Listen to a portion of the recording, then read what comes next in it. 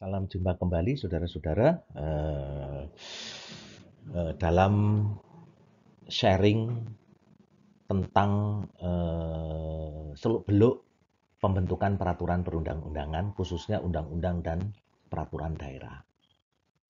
Baiklah saudara-saudara, sebelum saudara-saudara kita melakukan sharing tentang apa topik yang akan kita bahas di sini, setelah saudara-saudara melakukan perancangan, menyusun naskah akademik, kemudian dalam naskah akademik juga dilampirkan naskah rancangan undang-undang maupun raperda, maka penyusunan ini, hasil dari apa yang saudara-saudara lakukan itu, kemudian diajukan untuk direncanakan, dibahas, dikaji, kemudian dibentuk menjadi sebuah undang-undang atau peraturan daerah. Nah, perencanaan undang-undang, pembentukan undang-undang atau peraturan daerah itu di dalam konteks nasional masuk di dalam apa yang disebut sebagai program legislasi nasional atau prolegnas. Sementara kalau di Perda, di kabupaten, kota, dan provinsi, itu masuk di dalam dokumen yang namanya Propem Perda, Program Pembentukan Peraturan Daerah.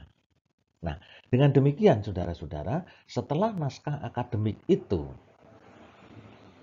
Anda susun, kemudian menjadi sebuah dokumen-dokumen yang lengkap, ada naskah akademiknya, kemudian ada naskah undang-undang maupun atau perdanya, kemudian naskah ini diajukan untuk dimasukkan di dalam program legislasi nasional atau program pembentukan peraturan daerah.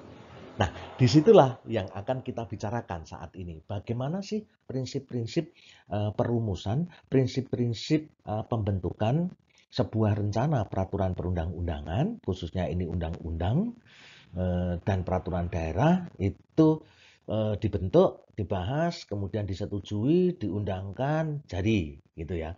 Nah, oleh sebab itu saat ini kita akan membahas tentang prinsip-prinsip dasar program legislasi nasional. Saya mempergunakan program legislasi nasional karena sebetulnya program pembentukan peraturan daerah itu prinsipnya sama, ya kan, prinsipnya sama. Hanya memang kalau di peraturan daerah ini kan kesepakatan antara Dewan Perwakilan Rakyat Daerah dan kepala daerah. Nah, kalau di program legislasi nasional ini adalah kesepakatan tripartit. DPR, ya kan?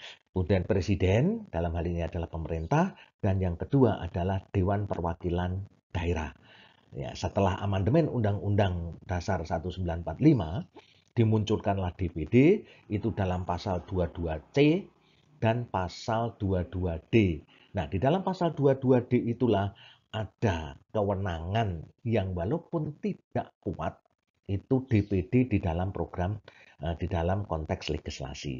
22D ayat 1 dapat mengusulkan suatu rancangan undang-undang tertentu, 22D ayat 2 itu ikut membahas suatu rancangan undang-undang tertentu. Nah, oleh sebab itulah saudara-saudara, kita akan membahas, kita akan bicara, kita akan sharing tentang prinsip dasar program legislasi nasional. Nah, di dalam konteks ini, maka di tahun 2019 sampai 2024, ya kan, program legislasi nasional itu pada umumnya, ya kan, lazimnya dibentuk dalam dua periode. Periode yang pertama itu adalah periode yang sifatnya 5 tahunan. Periode yang kedua itu adalah program legislasi prioritas dibentuk per tahunan. Nah, di tahun 2019 sampai dengan 2024, saya memperoleh dokumen dari Dewan Perwakilan Rakyat Republik Indonesia itu melalui surat keputusannya, ya, melalui surat keputusan nomor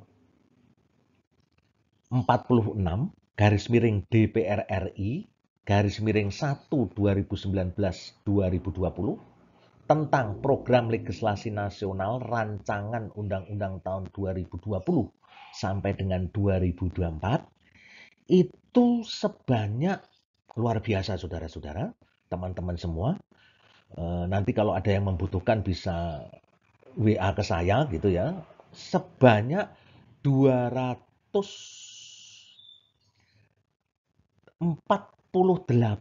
rancangan undang-undang yang harus dibahas dari 2020 sampai 2024. Ada 248 rancangan undang-undang. Baik itu rancangan undang-undang baru, rancangan undang-undang penggantian, rancangan undang-undang perubahan. Total jenderal adalah 248 rancangan undang-undang. Belum lagi ditambah dengan 5 daftar rancangan undang-undang kumulatif terbuka, yakni rancangan undang-undang tentang pengesahan perjanjian internasional, itu masuk kumulatif terbuka, rancangan undang-undang tentang yang berkaitan dengan putusan Mahkamah Konstitusi, jadi undang-undang yang dibatalkan oleh Mahkamah Konstitusi, undang-undang yang ya dikembalikan oleh Mahkamah Konstitusi, dibatalkan, maka itu juga menjadi rancangan undang-undang daftar kumulatif terbuka. Kemudian yang berikutnya adalah rancangan undang-undang tentang anggaran pendapatan dan belanja negara yang setiap tahunnya itu harus disahkan. Kemudian rancangan undang-undang kumulatif terbuka tentang penetapan peraturan pemerintah pengganti undang-undang menjadi undang-undang. Ada 5 daftar kumulatif terbuka. 5 ini ada berapa? Ada banyak pastinya gitu ya. Ini kan saya clustering. Jadi kumulatif terbuka itu terdiri dari rancangan undang-undang berkaitan dengan pengesahan perjanjian internasional, rancangan undang-undang berkaitan dengan putusan Mahkamah Konstitusi, rancangan undang-undang tentang anggaran pendapatan dan belanja negara, dan yang berikutnya adalah rancangan undang-undang tentang pembentukan daerah provinsi dan kabupaten kota. Sorry ya, ada satu lagi. Kemudian rancangan undang-undang tentang penetapan peraturan pemerintah pengganti undang-undang menjadi undang-undang. Jadi ada 5 jenis ya, ada 5 jenis rancangan undang-undang kumulatif yang dimasukkan di dalam program legislasi nasional. Nah ini yang saudara-saudara perlu ketahui berkaitan dengan produk yang akan dibahas, yang direncanakan untuk disusun rancangan undang-undangnya itu. Jadi dalam jangka waktu 2020 sampai dengan 2024 berarti 4 tahun itu ada 248 rancangan undang-undang. Baik itu rancangan undang-undang baru, rancangan undang-undang penggantian, rancangan undang-undang tentang perubahan. Nah, di samping itu, ini saya ulangi lagi ya, ada 5 rancangan undang-undang yang bersifat kumulatif terbuka, yaitu rancangan undang-undang tentang pengesahan perjanjian internasional, rancangan undang-undang tentang putusan Mahkamah Konstitusi, rancangan undang-undang tentang pembentukan daerah, provinsi, dan kabupaten kota, atau pembentukan daerah otonomi baru. Kemudian yang kelima, rancangan undang-undang tentang penetapan peraturan pemerintah pengganti undang-undang menjadi undang-undang. Nah, ini yang 4 tahunan, ya kan? Selama kurun waktu periode DPR, ya kan? DPR yang 5 tahunan ini. Nah, di samping itu, saudara-saudara, ada juga rancangan program legislasi nasional yang sifatnya tahunan, ya kan? Ya, prioritas tahunan. Nah, dalam prioritas tahunan itu di tahun 2020 ini, di tahun 2020 ketika yang namanya channel YouTube Benedictus Hestu Ciptohandoyo ini disusun, dibuat, di-sharingkan, itu ada program legislasi nasional sebanyak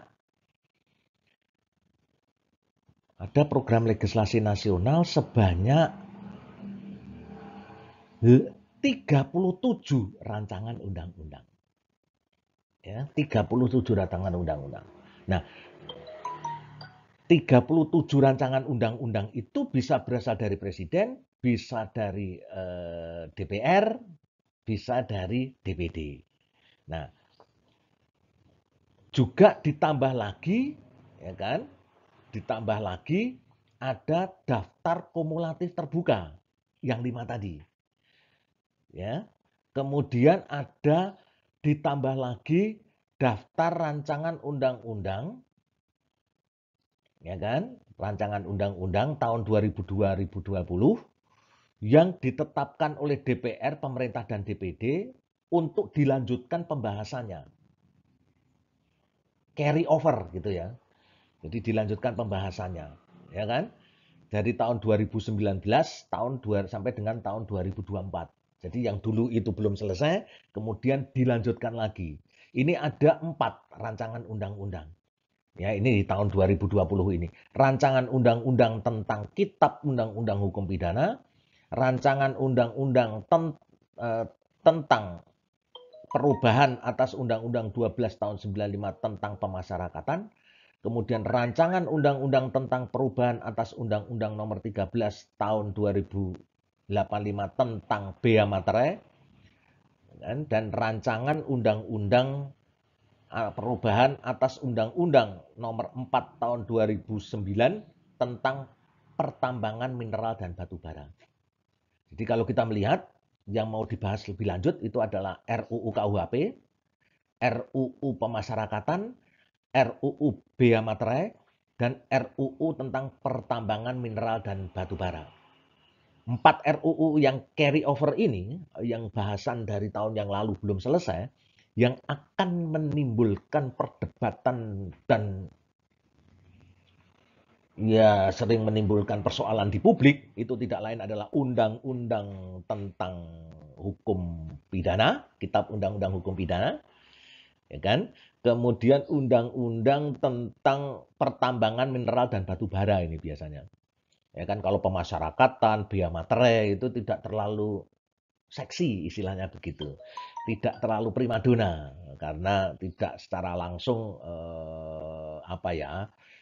ada kepentingan-kepentingan tertentu. Nah, inilah program legislasi nasional, ya kan, yang ada sepanjang tahun 2020 sampai dengan 2025. Maaf, 2024. Nah, oleh sebab itulah saudara-saudara, kita akan mencoba bagaimana sih sebetulnya prinsip dasar program legislasi nasional ini ketika dirumuskan, ketika direncanakan sebagai sebuah keputusan bersama dari DPR, presiden dan pemerintah gitu ya. Tapi keluarnya itu adalah keluarnya melalui SK Dewan Perwakilan SK ya surat keputusan Dewan Perwakilan Rakyat Republik Indonesia. Karena apa? Karena yang mempunyai kewenangan di bidang kewenangan kuat di bidang legislasi memang di dalam amandemen Undang-Undang Dasar 45 itu telah diserahkan kepada DPR gitu ya. Telah diserahkan kepada DPR. Sementara presiden dan DPR, jika presiden itu berhak mengajukan rancangan undang-undang, sementara kalau DPD itu menyatakan DPD dapat mengajukan rancangan undang-undang tertentu. Tetapi yang punya kewenangan itu tidak lain adalah DPR, Dewan Perwakilan Rakyat Republik Indonesia. Nah, dialah yang kemudian mengeluarkan SK hasil pembahasan tripartit ini. DPR, pemerintah, dan DPD. Baiklah saudara-saudara, kita akan coba bagaimana prinsip dasar program legislasi nasional itu. Sudah jalan 14,47 menit ini ya. Memang untuk mengawali program legislasi nasional kita harus tahu terlebih dahulu hasil atau produk program legislasi nasional di tingkat nasional itu ada berapa sih? Tadi ada lebih dari 280-an begitu ya. Ditambah 5 program legislasi daftar kumulatif terbuka. Itu yang sudah saya sampaikan, dan itu nanti akan dibagi-bagi ke dalam rancangan undang-undang yang akan dibahas selama tahunan atau program prioritas, ditambah dengan yang carry over gitu ya. Tadi sudah saya sampaikan. Baik, saudara-saudara, akan saya lanjutkan.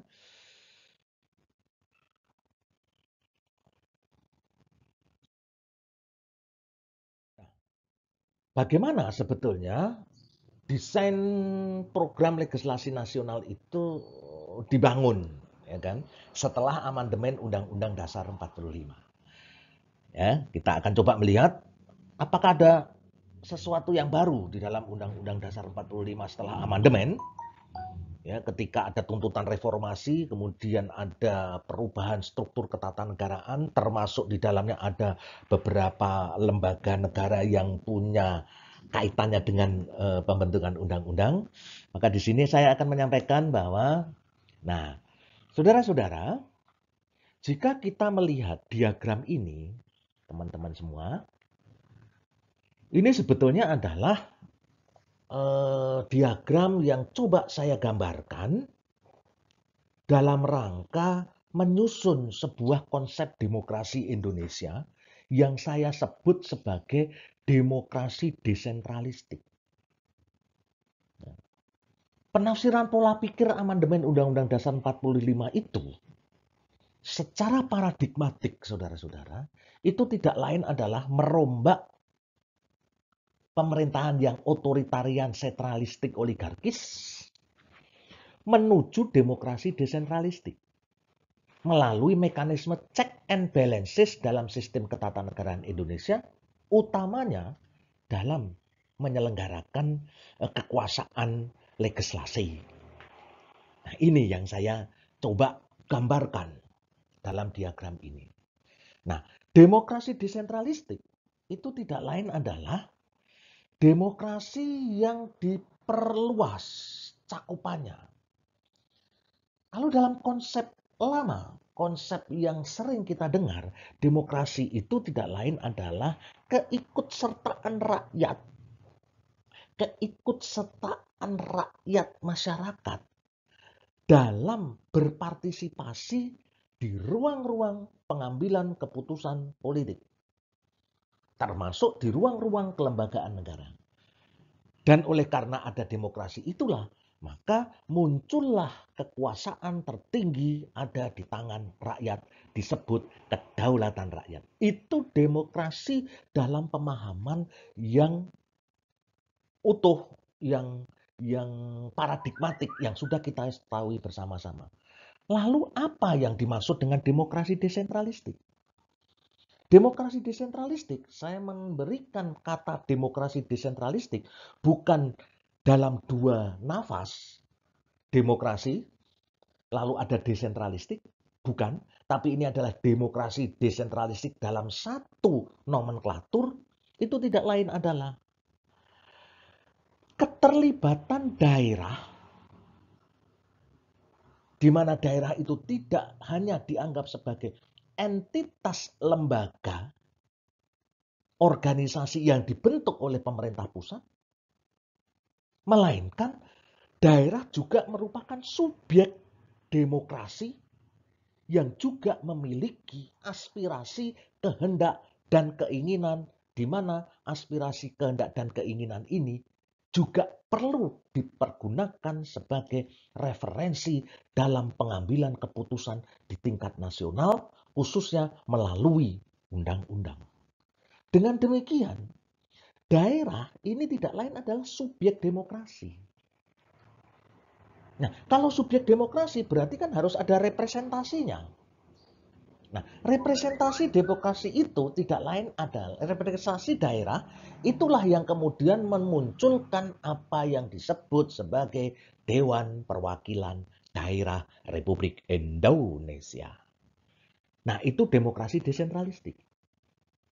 Jadi, sekali lagi, demokrasi desentralistik tidak lain adalah menempatkan daerah tidak hanya sebagai entitas lembaga di tingkat bawah yang dibentuk oleh pemerintah pusat, ya kan, berdasarkan pasal 18 ayat 1 Undang-Undang Dasar Negara Republik Indonesia tahun 1945, melainkan dia juga merupakan subjek demokrasi yang memiliki kehendak dan aspirasi, agar kehendak dan aspirasinya itu dapat ditampung sebagai referensi dalam pengambilan keputusan di tingkat nasional, sehingga terjadi imbangan antara kepentingan pusat nasional dan kepentingan daerah klop.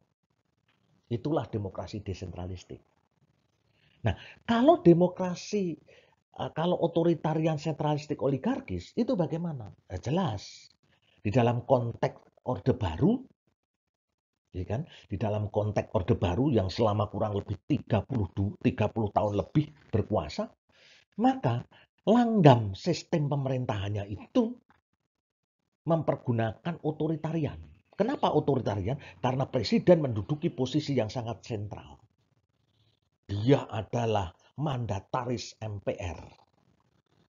Dan karena mandataris MPR, MPR itu adalah kedaulatan, ya kan? Wujud dari kedaulatan rakyat. Karena pada waktu itu dikatakan bahwa Undang-Undang Dasar 45 lama mengatakan bahwa kedaulatan adalah di tangan rakyat dan dilaksanakan sepenuhnya oleh MPR. Maka ketika MPR ini memandatkan, presiden seolah-olah memegang kedaulatan rakyat. Ngeri kan? Dan akibatnya sistem pemerintahan dalam konteks bangunan negara itu sentralistik. Dibentuklah Undang-Undang Nomor 5 tahun 1974. Undang-Undang Nomor 5 tahun 1974 itu judulnya adalah Undang-Undang tentang Pokok-pokok Pemerintahan di Daerah. Kata di menunjukkan tempat diselenggarakannya pemerintahan. Dengan demikian, dari judulnya aja, ini sudah sentralistik. Artinya apa? Artinya pemerintahan di daerah itu tidak lain adalah tata laksana penyelenggaraan pemerintahan umum pusat di suatu wilayah negara Republik Indonesia. Sentralistik, oligarkis. Karena apa? Karena presiden pada waktu itu ditopang oleh 3 kekuatan besar. Yakni harus diakui, militer, ABRI, ABG namanya pada waktu itu, ABRI, birokrasi, dan G itu golongan. Siapa ini golongan? Golongan karya. Topang itu sehingga sistem pemerintahan kita itu tidak lain otoritarian, sentralistik, oligarkis. Nah, ketika terjadi reformasi dan tuntutannya salah satu adalah mengamandemen Undang-Undang Dasar 45, kita bisa melihat di dalam perubahan Undang-Undang Dasar 45 itu, ya kan? Di perubahan kedua itu melakukan amandemen terhadap Pemda, pemerintah daerah, dan DPR, amandemen kedua. Amandemen ketiga itu memunculkan apa yang disebut dengan Dewan Perwakilan Daerah. Ini nampak ada desain besar dari para perancang amandemen Undang-Undang Dasar 45 itu untuk melakukan check and balances di bidang kelembagaan negara, khususnya bidang legislasi. Jadi ada hubungan pusat dan hubungan daerah. Jadi ketika melakukan legislasi, maka kepentingan-kepentingan daerah yang dilandasi pada pasal 18 Undang-Undang Dasar 45, utamanya ayat 1, itu harus diwadahi. Karena dalam ayat 1 itu kan mengatakan bahwa daerah menyelenggarakan otonomi Negara Kesatuan Republik Indonesia dibagi atas dan seterusnya. Kemudian yang ayat 5, pemerintah daerah menyelenggarakan otonomi seluas-luasnya. Kecuali urusan yang oleh undang-undang dinyatakan sebagai urusan pemerintah pusat. Artinya apa? Otonomi luas ini menjadi desain bahwa daerah itu juga mempunyai kemandirian. Daerah juga mempunyai kehendak. Daerah juga mempunyai keinginan. Daerah juga punya partisipasi dan punya aspirasi untuk dituangkan di dalam kebijakan nasional. Nah, kemudian dari amandemen ini, teman-teman semua, bapak-bapak, ibu-ibu, saudara-saudara, adik-adik, kakak-kakak, teman-teman semua, dan saudara-saudaraku sebangsa dan setanah air, sistematika Undang-Undang Dasar 45 bisa kita telusuri sebagai berikut. Bab 6 itu tentang Pemda, bab 7 tentang DPR, bab 7A tentang DPD. Ada urutan seperti itu. Pertanyaannya adalah, disengajakah ini? Oh ya, jelas disengaja. Mengapa saya bisa mengatakan disengaja? Karena ada dokumen penting, walaupun ini bukan merupakan original intent dari Undang-Undang Dasar 45. Bukan memori fantulichting, ya kan? Namun kita bisa melihat risalah penyusunan rancangan Undang-Undang Dasar amandemen itu, pembahasan-pembahasannya itu di dalam buku yang dikeluarkan, serial buku yang dikeluarkan oleh Kepanitraan Mahkamah Konstitusi. Ada kurang lebih 12 buku dalam satu paket itu. Alhamdulillah, puji Tuhan, saya memperoleh buku itu dan kemudian saya coba untuk baca, pelajari. Oh, ternyata keberadaan perubahan sistem kelembagaan itu didasarkan kepada amandemen Undang-Undang Dasar 45, ada kehendak untuk menyeimbangkan antara kepentingan pusat dan kepentingan daerah. Mengapa demikian? Karena sejak Undang-Undang Dasar 45 belum diamandemen sampai keluarnya Undang-Undang Nomor 5 tahun 1974 dan berjalan sampai puluhan tahun itu, sistem pemerintahan kita bersifat sentralistik. Daerah banyak dirugikan, daerah banyak menuntut, bahkan terjadi persoalan-persoalan, ya kan? Ketegangan antara pusat dan daerah. Akhirnya kemudian dirumuskanlah, muncul pasal 22D Undang-Undang Dasar 45, Undang-Undang Dasar Negara Republik Indonesia tahun 45 dalam kerangka pembentukan perundang-undangan. Disinilah basis program legislasi nasional. Oleh sebab itu, legislasi dalam konteks check and balances itu, ya kan, diberlakukan antara DPR, Presiden, dan DPD.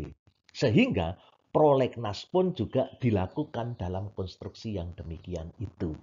Ada usulan dari DPR, ada usulan dari DPD, ada usulan dari pemerintah. Dalam hal ini adalah Presiden.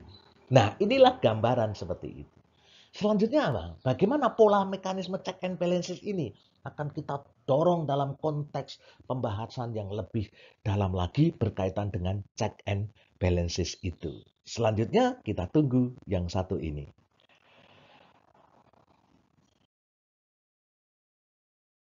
Nah, saudara-saudara semua, kalau setelah tadi kita melihat pola pikir paradigmatik yang dikehendaki oleh para perancang amandemen Undang-Undang Dasar 45, itu adalah panitia ad hoc 1 MPR RI bersama-sama dengan tokoh-tokoh hukum tata negara dan tokoh-tokoh begawan hukum yang luar biasa tenar, cemerlang gitu ya, hebat gitu ya. Itu didesain terjadinya check and balances. Luar biasa. Para begawan hukum itu memberikan masukan-masukan. Dalam konteks ini adalah asisten tenaga ahli yang ikut membahas itu. Banyak sekali guru-guru besar di Indonesia. The Doctor itu banyak sekali di situ. Dan saya bisa bercerita semacam ini karena apa? Karena saya ikut menyimak perkembangan pemikirannya beliau. Bukan ikut-ikutan mengamandemen Undang-Undang Dasar. Siapa sih saya ini? Kan begitu. Nah, selanjutnya, kita akan coba bagaimana mekanisme check and balances itu.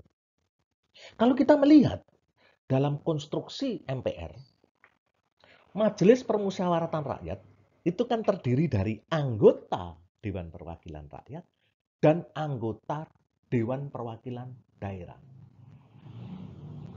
Ya kan? Undang-Undang Dasar 1945 sebelum amandemen, MPR terdiri dari anggota DPR ditambah utusan-utusan daerah dan utusan-utusan golongan. Jadi, Undang-Undang Dasar 45 pada waktu itu memang ada representasi. Politik representatif, ya kan? Political representatif itu tidak lain adalah anggota DPR, karena pada waktu itu kita tetap memilih partai politik, maka merekalah yang duduk di anggota DPR. Menjadi anggota DPR itu adalah perwakilan politik dari rakyat. Kemudian ada teritorial representatif, utusan daerah. Di samping itu ada utusan fungsional, golongan. Dan utusan golongan ini mengalami penafsiran yang luar biasa banyak. Pada waktu itu, Muhammad Hatta mengatakan, yang dimaksud dengan golongan itu tidak lain adalah golongan-golongan ekonomi dan yang bersifat kooperatif. Itu. Tetapi kemudian muncul golongan militer, golongan seni, golongan budaya, golongan agama, dan seterusnya, dan seterusnya. Lalu, ketika terjadi amandemen Undang-Undang Dasar 45, golongan fungsional hilang dari desain kelembagaan sistem ketatanegaraan, masuklah kemudian dua unsur dari MPR, tidak lain adalah anggota DPR dan anggota DPD. DPR itu adalah political representative, DPD, Dewan Perwakilan Daerah, itu adalah territorial representative. Nah, disinilah letak check and balancesnya. Bagi rekan-rekan saudara, Bapak, Ibu, teman-teman semua, sahabat, handai tolan, yang kritis, loh, teritorial fungsional representatif, golongan kok tidak dimasukkan lagi? Kenapa? Di dalam perdebatan tim ahli pembahasan amandemen Undang-Undang Dasar 45, itu tersulis ada kesepakatan dari para pakar, para begawan, para tokoh-tokoh hebat di bidang hukum tata negara dan politik yang mengatakan bahwa fungsional representatif, perwakilan golongan, itu sudah terserap di dalam partai politik. Jadi nggak perlu lagi dimasukkan yang belum memperoleh tempat dalam sistem ketatanegaraan itu. Kelembagaan itu tidak lain adalah wakil dari daerah. Karena apa? Karena ini terkait dengan persoalan pelaksanaan desentralisasi pemerintahan dalam konteks hubungan bangunan negara. Akhirnya terjadilah check and balances, mulai adanya political representative oleh DPR dan territorial representative oleh DPD. Sehingga di sini ada kontrol dan keseimbangan antara kepentingan politik daerah dalam menyusun kebijaksanaan politik nasional. Artinya check and balances ini tidak hanya sekedar check and balances antara kepentingan politik dan kepentingan daerah. Masih ada satu lagi, presiden. Ini kepentingan apa? Kepentingan teknokratis birokratik. Dengan demikian, saudara-saudara, ketika mengambil keputusan di dalam kerangka menyusun sebuah rancangan undang-undang termasuk program legislasi nasional, maka tripartit ini merupakan bentuk dari check and balances antara kepentingan politik oleh DPR, kepentingan teknokratis oleh presiden, dan kepentingan daerah oleh DPD. Pola inilah yang kemudian dipergunakan di dalam penyusunan program legislasi nasional atau disingkat Prolegnas. Nah, selanjutnya saudara-saudara, kita lihat yang satu ini.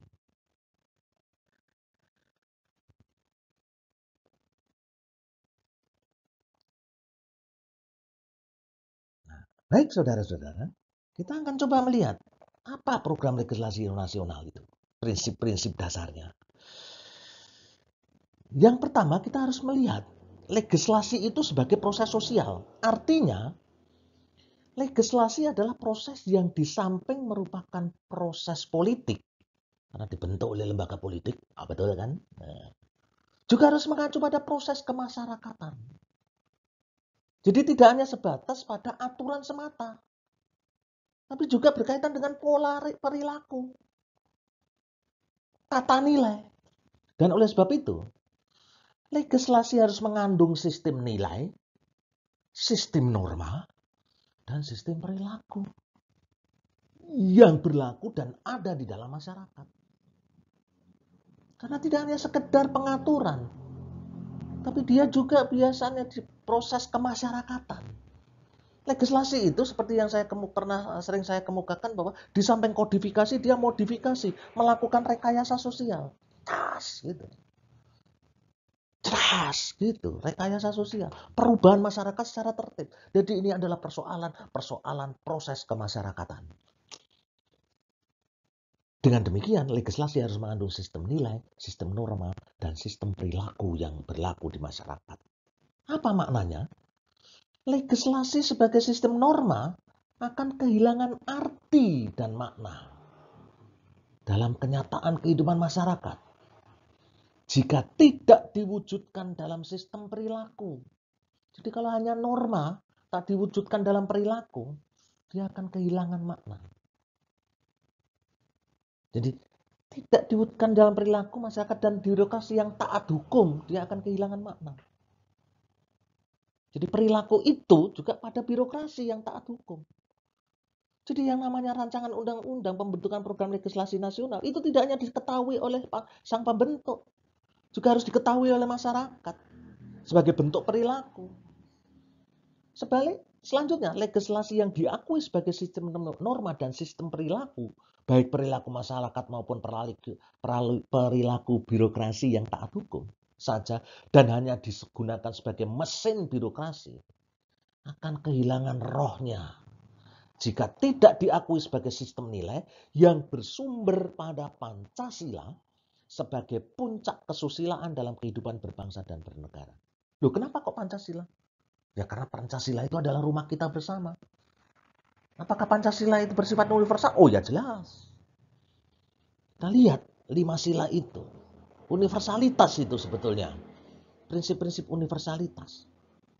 Nah, selanjutnya saudara-saudara, dari prinsip legislasi sebagai proses sosial ini, yang terdiri dari 3 unsur, sistem nilai, sistem norma, dan sistem perilaku, ini harus bergumul dalam satu nafas sinergis secara bersama-sama. Lalu selanjutnya adalah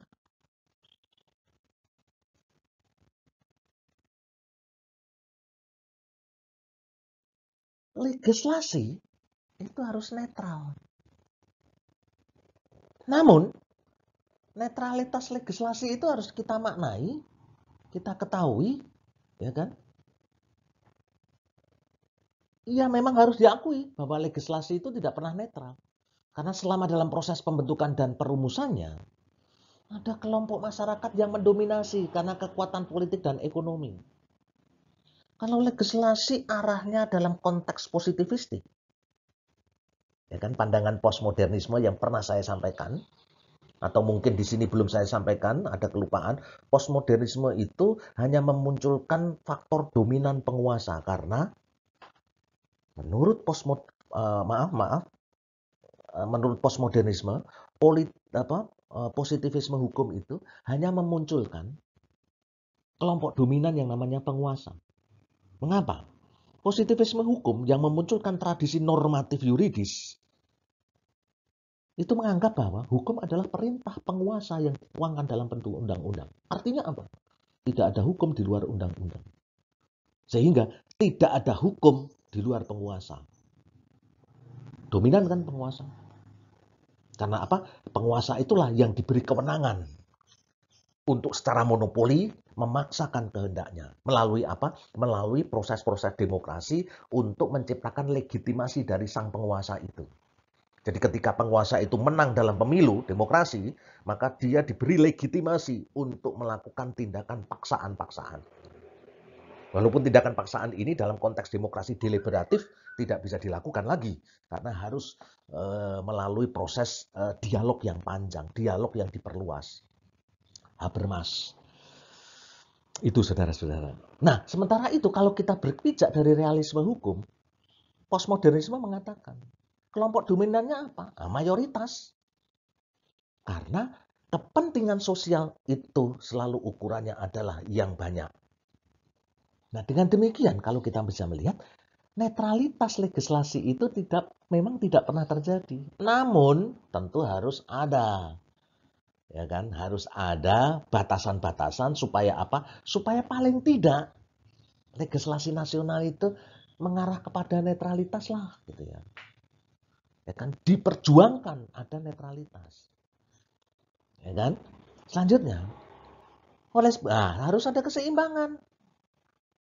Tidak hanya sekedar kepentingan politik. Maka kepentingan daerah juga harus dilakukan. Kepentingan birokrasi teknokratis juga harus dilakukan. Kepentingan kamu difabel juga harus dipertimbangkan. Tidak hanya kepentingan yang lebih besar lagi. Kepentingan minoritas juga harus diperlihatkan. Ya kan? Tidak hanya kepentingan yang besar saja. Tetapi kepentingan masyarakat yang terpinggirkan juga harus. Ya kan? Maka legislasi nasional harusnya anti diskriminasi. Gitu. Harus diupayakan di situ walaupun sampai saat ini masih sulit. Karena apa? Karena berbagai macam kelompok yang ada di masyarakat juga punya berbagai macam kepentingan. Oleh sebab itu, legislasi harus dibuat untuk mengatasi masalah sosial, bukan hanya sekedar untuk mendisiplinkan atau menguntungkan kelompok tertentu. Ini yang harus dilihat di dalam konteks program legislasi nasional. Kemudian legislasi harus berpihak pada kelompok rentan, difabel, terpinggirkan, tersia-siakan, kaum miskin, ya kan, kaum minoritas, hak asasi manusia. Nah, itu ya. Nah, yang kemudian ruang proses legislasi harus dibuka lebar agar kompromi yang dicapai bisa maksimal. Tiga hal ini yang harus dipergunakan dalam konteks merumuskan program legislasi nasional. Nah, selanjutnya saudara-saudara,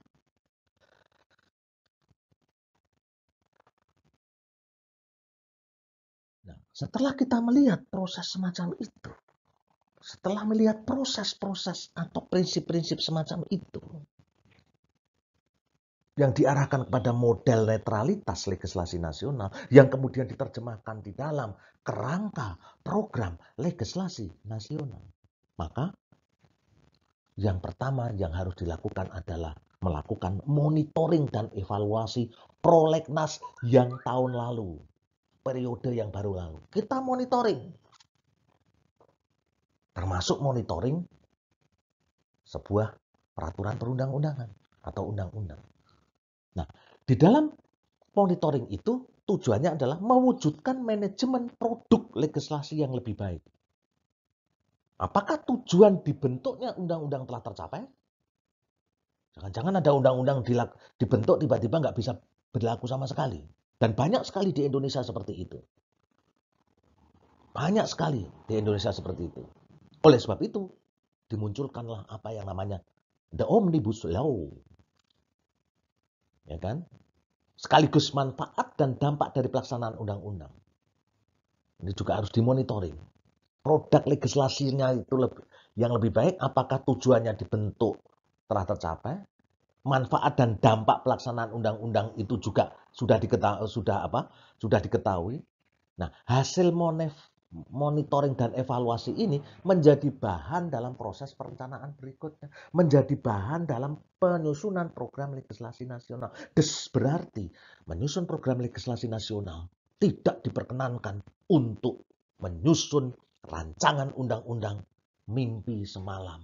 nemu di jalan. Oh iya ya, undang-undang ini belum ada. Oh iya ya, undang-undang ini belum ada. Ayo kita bentuk secara bersama-sama. Dan ini biasanya dilakukan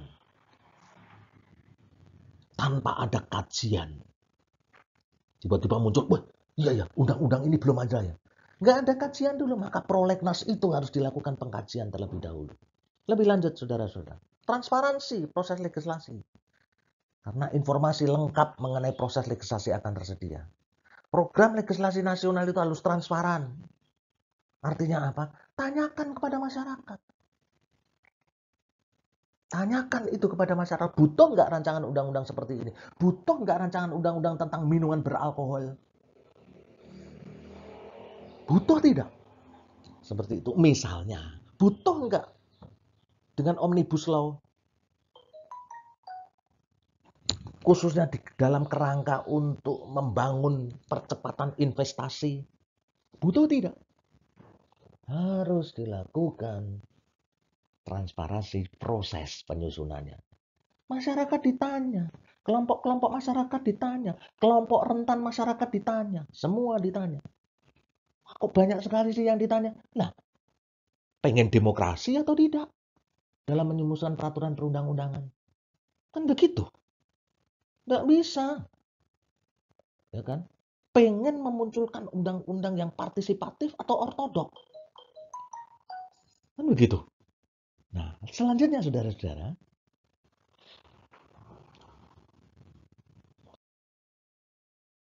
monitoring dan evaluasi itu. Lakukan penyelarasan legislasi. Kita kaji undang-undang ini. Dan salah satu hasil dari keluarnya Omnibus Law itu, Cipta Kerja itu, karena penyelarasan legislasi. Dan rasional memang. Rasional. Karena apa? Ketika diselaraskan, dia muncullah tumpang tindih, silang sengkarut, kacau balau. Undang-undang. Oleh sebab itu, sinkronisasilah vertikal. Sinkronisasi vertikal itu tidak lain dalam menelaah legislasi dari sudut hierarki perundang-undangan. Kalau undang-undang ya harus dengan undang-undang dasar. Kalau perda ya harus dengan peraturan perundang-undangan yang lebih tinggi tingkatannya. Jadi sinkronisasi vertikal ini diperlukan. Karena apa? Prinsip dasar norma hukum itu adalah bertingkat-tingkat, hierarkis. Kemudian yang berikutnya adalah harmonisasi horizontal. Menelaah legislasi dari sudut pandang yang sederajat. Dan mengkaji peraturan perundang-undangan yang mengatur suatu bidang yang hampir sama legislasinya ini. Misalnya bidang perizinan. Di bidang A perizinannya seperti ini. Di bidang B perizinannya seperti ini. Di bidang C perizinannya seperti ini. Loh, kok beda-beda? Tiba-tiba ada orang mau investasi. Loh, ini kok seperti ini? Izin perkebunan bingung, izin ini bingung, aturannya beda-beda. Mengapa bisa beda-beda? Karena seperti yang pernah selalu saya katakan, kementerian yang berwenang atau ya kementerian yang berwenang mengatur urusan bidang-bidang yang berkaitan dengan perizinan itu memiliki otonomi sendiri, memiliki tupoksi sendiri. Akibatnya apa? Ya akibatnya ego sektoral. Harmonisasi horizontal. Lebih lanjut adalah harmonisasi dan sinkronisasi kontekstual. Jadi menelaah legislasi dari sudut pandang sistem perilaku. Dan sistem nilai yang bersumber dari Volges, jiwa bangsa. Yang menjema dari apa? Living law, hukum yang hidup di dalam masyarakat. Mengapa ini harus dilakukan? Karena masyarakat itu di dalam kesehariannya mampu merumuskan norma-norma hukum yang hidup di dalam masyarakat. Karena apa? Karena setiap masyarakat itu memiliki jiwa bangsanya. Anda bisa lah di Indonesia ini ada berbagai macam suku bangsa, dan masing-masing suku bangsa memiliki jiwanya masing-masing. Maka harus diakui saudara-saudara, teman-teman semua, para sahabat handai tolan. Merumuskan atau melakukan legislasi di Indonesia itu luar biasa sulitnya. Karena apa? Heterogenitas masyarakat Indonesia itu tumpuk-tumpuk tidak karu-karuan. Jadi kalau mengatakan bahwa membuat rancangan undang-undang itu susah, Mas, jangan protes saja, betul. Tetapi protes itu, demonstrasi itu dipergunakan untuk apa?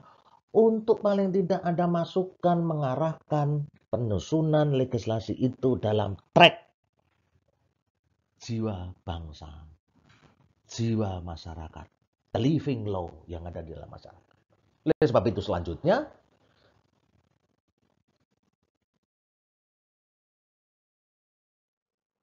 setelah itu, evaluasi prolegnas. Setelah kita melakukan kajian-kajian tadi berkaitan dengan rancangan undang-undang yang ada, prolegnas tahun yang lalu, periode yang lalu, maka kita coba ya evaluasi prolegnas nasional yang lalu, maka kita akan mencoba dalam setiap pembentukan atau perubahan kebijakan publik termasuk undang-undang,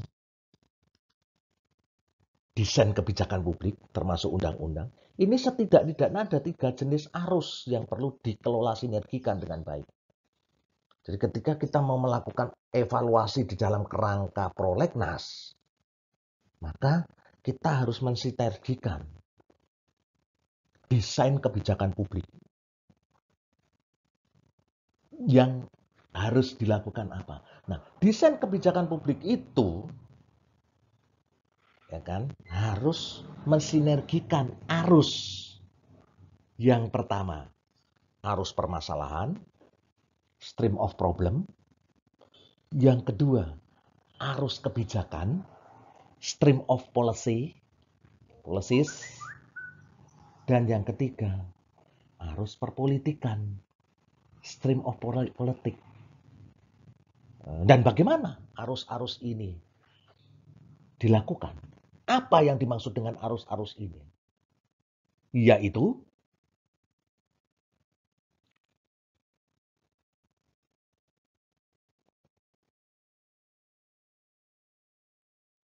yang pertama, saudara-saudara,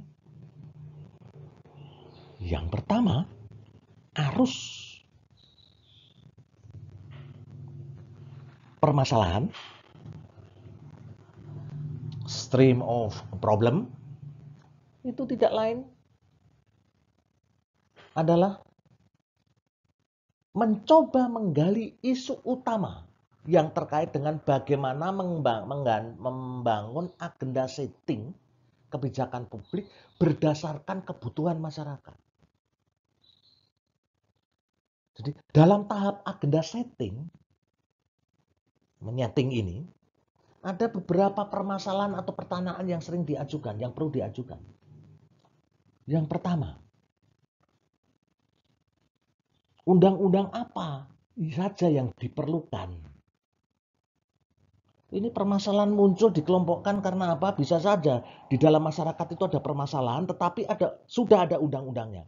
Tapi permasalahan itu masih muncul, berarti undang-undangnya ini belum lengkap. Maka akan dilakukan perubahan undang-undang. Misalnya gitu ya, ini ada masalah di masyarakat. Masalah ini dikaji, kemudian ada undang-undangnya. Tapi kok nggak bisa menyelesaikan ya? Oh berarti kurang lengkap nih undang-undang ini. Maka dilakukanlah perubahan undang-undang yang dimaksud. Kemudian berikutnya, loh ada permasalahan di masyarakat. Ada undang-undangnya. Tapi wah ini undang-undang kan sudah dikeluarkan tahun, wah nggak karu-karuan ini, zaman Belanda ini. Atau zaman Orde Lama. Atau zaman Orde Baru. Yang langgamnya adalah otoritarian oligarki sentralistik. Nggak cocok ini sekarang dengan demokrasi. Maka penggantian undang-undang. Ya kan?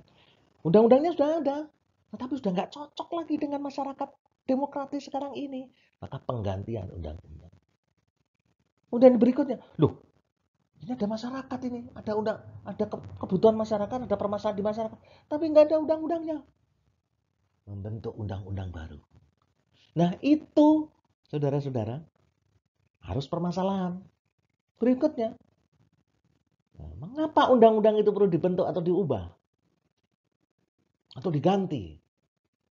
Ya kan? Seperti yang sudah saya kemukakan tadi. Ketiga, apa urgensi dan relevansinya dari pembentuk perubahan undang-undang tersebut?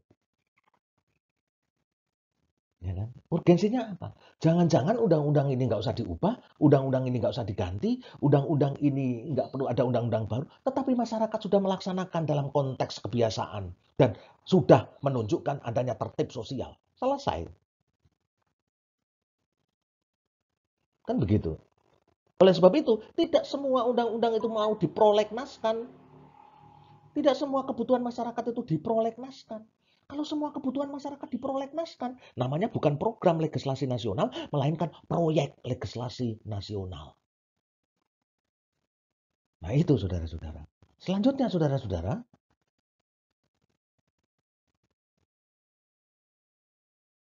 nah, setelah arus permasalahan apa? Dan perlu diketahui saya memang semangat sekali kalau dalam berkaitan sharing soal perancangan perundang-undangan karena saya memang senang. Ya kan, walaupun jarang merancang undang-undang, walaupun hanya mengkaji, membaca dan segala macam, nggak punya pengalaman apa-apa, tapi saya senang sekali. Mengapa? Karena saya orang hukum. Ya, orang hukum itu paling tidak ya pahamlah tentang rancangan undang-undang, rancangan peraturan daerah, bagaimana seluk-beluk dalam mengatur. Kalau sudah bisa mengetahui ini, tidak perlu membuat undang-undang, cukup memberikan kritisan-kritisan, ya kan, kajian-kajian kritis kan nggak apa-apa gitu ya. Ya nggak apa-apa. Anda belum pernah membuat rancangan undang-undang, udah ngomong seperti ini. Ya memang, saya kalau dikatakan belum mempunyai rancangan pengalaman, nggak apa-apa. Ya kan? Tapi saya bisa melihat, paling tidak saya bisa menyampaikan gagasan-gagasan semacam ini. Kemudian selanjutnya, saudara-saudara, arus kebijakan. Apa yang dimaksud dengan arus kebijakan? Di sini diperlukan kemampuan perancangan sebuah undang-undang. Dalam Undang-Undang Nomor 12 Tahun 2012, bagaimana telah diubah dengan Undang-Undang Nomor 15 Tahun 2019 tentang perubahan atas Undang-Undang Nomor 12 Tahun 2011 tentang pembentukan peraturan perundang-undangan, ditegaskan bahwa setiap tahapan pembentukan peraturan perundang-undangan mengikut sertakan perancang peraturan perundang-undangan atau legal drafter. Jadi besok kalau ada suatu undang-undang mak gelundung, ujuk-ujuk, mak jegagi, mak betunduk muncul, lihat aja itu. Menyertakan legal drafter enggak? Kalau tidak, ini cacat formal. Itu saudara-saudara. Jadi menyertakan legal drafter. Siapa yang harus menyertakan legal drafter? Ya di dalam konteks undang-undang dan peraturan daerah. Karena harus menyusun. Nah, arus kebijakan ini ya kenapa harus dengan legal drafter? Karena sang legal drafter inilah nanti yang akan mengkerangkakan kebijakan-kebijakan yang nuansanya di luar hukum, dicari kekuatan-kekuatan normatif atau unsur-unsur yuridisnya. Ini kerjaan orang hukum kan seperti itu. Mencari gejala sosial, mencari kebijakan yang sifatnya politis, kemudian dimasukkan di dalam konteks normatif. Selanjutnya, saudara-saudara, sinkronisasi, harmonisasi antara kepentingan politik DPR, kebijakan teknokratis di pemerintah, dan kepentingan daerah oleh DPD, sebagaimana ditegaskan oleh pasal 22D ayat 1 dan ayat 2 Undang-Undang Dasar 45. Jadi harus kebijakan ini itu mensinkronkan dan mengharmonisasikan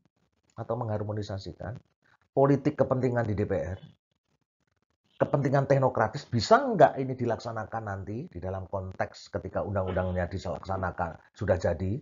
Kalau nggak bisa, ya percuma. Kemudian berkaitan, ada kepentingan daerah yang terjerabut di situ nggak?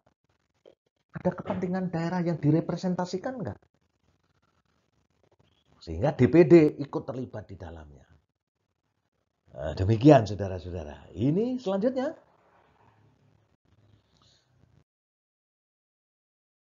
Selanjutnya tidak lain adalah arus perpolitikan. Nah, ini tidak lain adalah bagi daerah, bagi DPR, ini terkait dengan kepentingan politik dan manajemen konflik. Saudara-saudara semua, teman-teman, handitolan, sahabat, ya kan, para penikmat pembentukan rancangan undang-undang? DPR itu terdiri dari berbagai macam partai politik. Dan partai politik itu menyatu di dalam fraksi namanya. Dan perlu diketahui, fraksi itu bukan alat kelengkapan DPR, melainkan hanya pengelompokan anggota DPR didasarkan pada kekuatan sosial politik. Namun, saudara-saudara, perlu diketahui, fraksi ini ketika menyampaikan persetujuan dalam konteks rancangan undang-undang menduduki posisi yang paling kuat. Padahal yang alat kelengkapan itu adalah komisi di DPR itu. Fraksi bukan alat kelengkapan, tapi dia mempunyai posisi yang sangat kuat. Artinya apa? Artinya di situ pasti ada kepentingan politik. Dan kepentingan politik ini kemudian langsung dinegosiasikan. Dan inilah yang berkaitan dengan bagaimana menata konflik kepentingan itu. Ini penting. Nah, sang drafter itu harus bisa berani untuk melihat berbagai macam kemungkinan. Dan oleh sebab itulah ketika merumuskan rancangan undang-undang, ketika merumuskan program legislasi nasional, ya harus menyertakan daftar inventarisasi masalah. Ada berbagai alternatif undang-undang mana yang akan diajukan. Itu saudara-saudara. Nah, selanjutnya, bagi pemerintah terkait dengan manajemen teknokratis. Ya kan? Bagaimana manajemen teknokratis ketika di dalam undang-undang ini melibatkan sektor lintas bidang, lintas sektor, melibatkan dewan, melibatkan kementerian macam-macam. Bagaimana ini? Bisa enggak ini kementerian secara sinergis berjalan secara bersama-sama untuk melaksanakan undang-undang ini, untuk melaksanakan itu, dan sehingga program legislasinya ini bisa didukung oleh masing-masing perangkat teknokratis itu, gitu ya. Bisa didukung. Oke, kalau begitu undang-undang semacam ini bisa digulirkan menjadi program legislasi nasional. Dan yang terakhir adalah bagi DPD terkait dengan kepentingan masing-masing daerah versus kepentingan daerah secara keseluruhan dalam wadah NKRI. Perlu diketahui. Ya kan, perlu diketahui. Pengalaman menunjukkan bahwa kadang anggota DPD itu bicaranya berkaitan dengan daerahnya masing-masing. Bukan berkaitan dengan daerah dalam keseluruhan wadah NKRI. DPD itu Dewan Perwakilan Daerah, bukan Dewan Perwakilan Daerah-daerah. Saya menyampaikan seperti ini khusus untuk kritik anggota DPD, terus terang aja. Kepentingan daerah masing-masing itu kadang-kadang menonjol. Berdebat habis-habisan, nah di daerah saya, di daerah saya. Akhirnya ya sangat federalistik. Tapi nggak apa-apa, itu pilihan mereka. Nah itulah saudara-saudara, arus politik. Selanjutnya,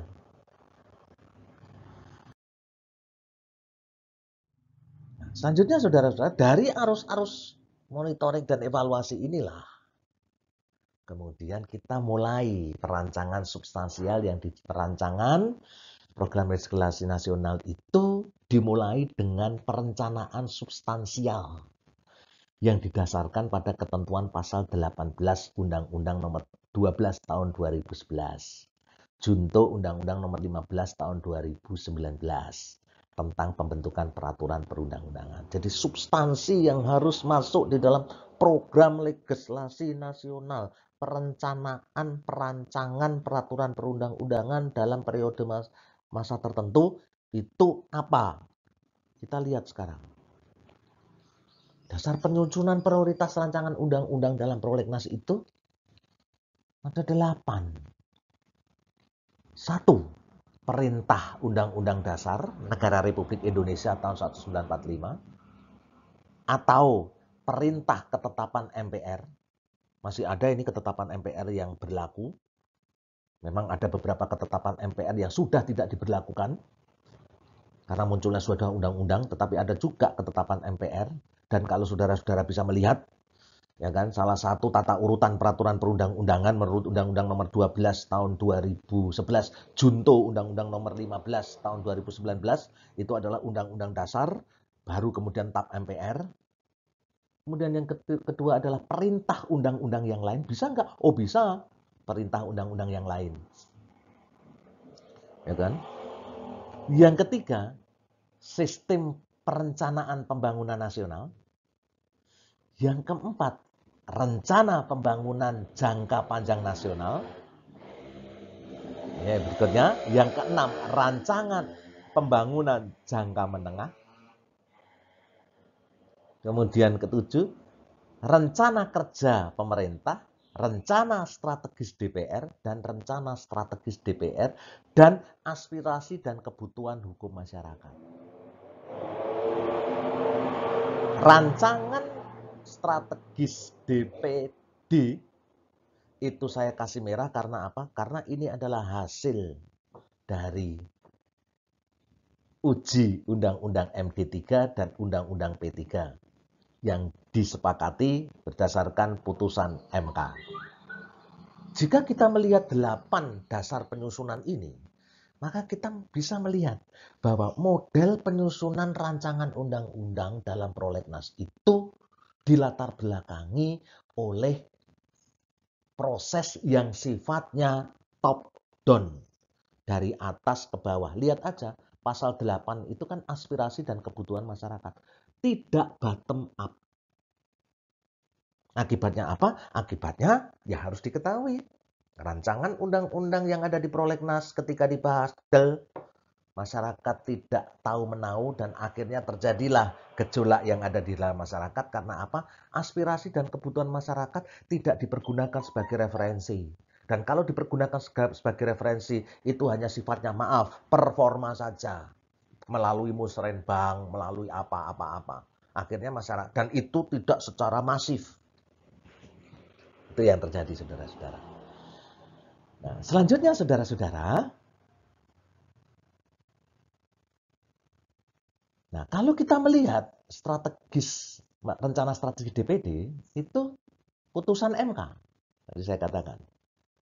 Pasal 18 dikatakan begini, pasal 18 huruf G, Undang-Undang Nomor 12 tahun 2011, itu bertentangan dengan Undang-Undang Dasar Negara Republik Indonesia tahun 1945, sepanjang tidak dimaknai rencana kerja pemerintah, rencana strategis DPR, dan rencana strategis DPD. Bapak tahu dari mana? Saya tahu, karena saya punya banyak kok bisa diupload kok. Bisa download. Tulis aja putusan MK gitu di Google, nanti kan muncul gitu ya. Nah, itu yang pertama yang perlu diketahui. Yang kedua, pasal 18 huruf G tidak mempunyai kekuatan hukum yang mengikat sepanjang tidak dimaknai rencana kerja pemerintah, rencana strategis DPR, dan rencana strategis DPD. Dan oleh sebab itulah, dasar penyusunan program prioritas RUU dalam prolegnas yang per tahun itu tidak lain adalah termasuk rencana strategis DPD. Nah, secara konseptual normatif, fisik, peran DPD sudah dimasukkan. Tapi secara implementatif praktis, sampai saat ini belum dilibatkan secara optimal. Selanjutnya, saudara-saudara. Ternyata.